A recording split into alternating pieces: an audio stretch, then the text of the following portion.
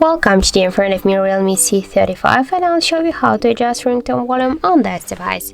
So first you should go into the settings application and then click here on the sound section. Now just here you'll see the ring identification warner panel, and just to change the volume of your device ringtone you should swipe this white dot to the left or to the right side with your finger by this way.